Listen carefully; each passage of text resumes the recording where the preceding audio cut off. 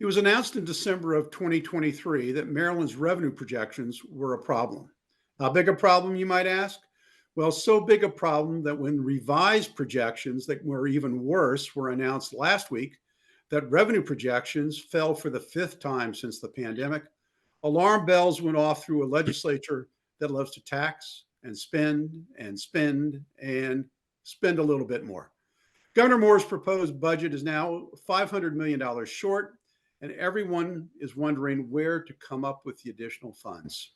House Majority Leader David Moon has the answer, however.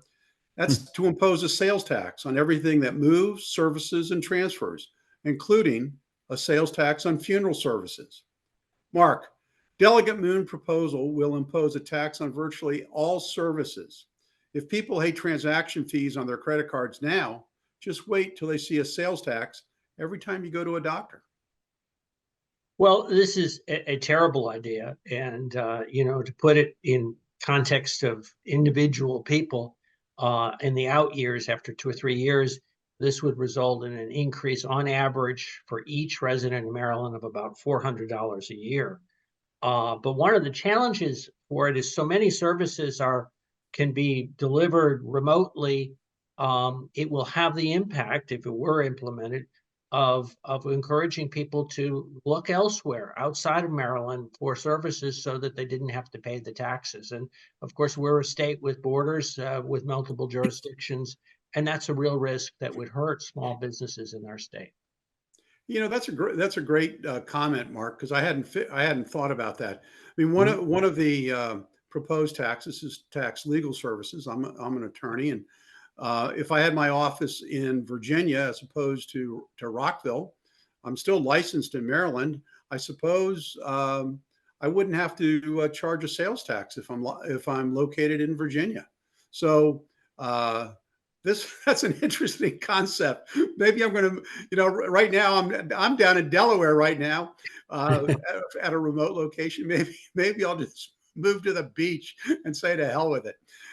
Mike, in double entry accounting, there's another means of balancing a budget when there's too little revenue. It's called cutting spending.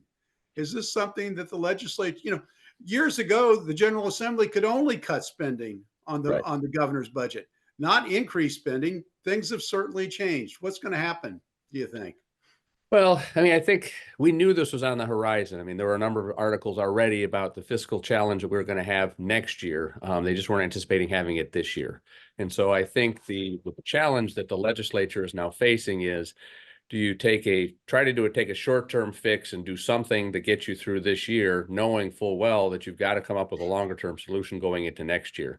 And the reality is that whether you do revenue now or you do cuts now, you're going to have to come up with some kind of balance. It can't just be, okay, let's come up with a short-term revenue fix in the absence of the broader conversation. And so I think they're really going to struggle. I think you will see some small reductions, but I think for the most part, there will be some type of a tax increase that works its way through, unfortunately. And I think that does pose a tremendous challenge for the legislature strategically, because I don't think there's a clear plan of how we get there from here, especially with the resources required for the blueprint to be implemented. And I also think this is a kind of a bit of a bait and switch. I mean, the bill was introduced late in the life of the assembly. Today is, I guess, Monday's crossover day. I don't think a companion Senate bill has been introduced that would support this as of yet. So I think it's really laying the groundwork for next year. I mean, this bill was introduced in 2020. It died probably because of the COVID nature of the legislature that year. I think it's really just laying the groundwork to be taken up and debated for next year's legislature, when there will be a more serious deficit that they have to talk about. Mark, you got any thoughts on that? Well, I think you're absolutely right. But of course, we kind of glossed over the source of this, which is paying for the blueprint.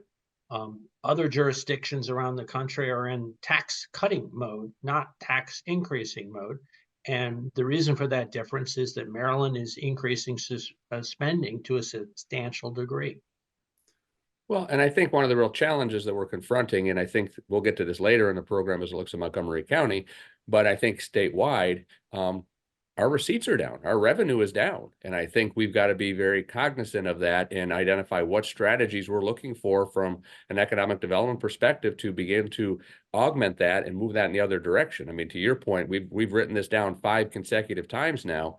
And what's our bigger strategy? And I think that's the challenge. It's we can cut and we can spend. I think the investment in education is important, but what's the underlying cause of why we've had to write our revenue down 5 consecutive times? Well, I think a lot of blue states are going through this. New York is having, it has increased its budget enormously. And I think the General Assembly just has to face some of the economic realities of our times on this. We need more money, and people aren't willing to pay it.